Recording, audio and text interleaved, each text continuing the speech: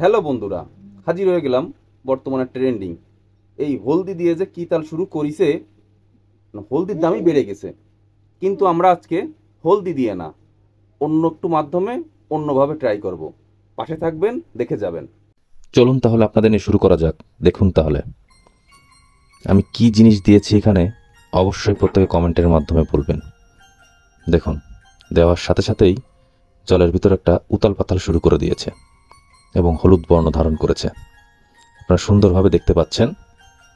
এখন আমি আবার মোবাইলটা সোজা করব, স্ট্যান্ডের পরে নিলাম।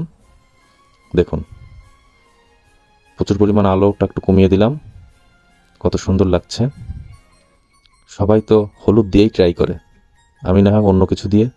দেখতেই পাচ্ছেন খুব সুন্দর উতাল পাতাল তৈরি হয়ে গেছে আমার গ্লাসের ভিতরে। এখানে কি দিয়েছি এই জিনিসটা কিন্তু আপনারা কমেন্টের মাধ্যমে জানাবেন।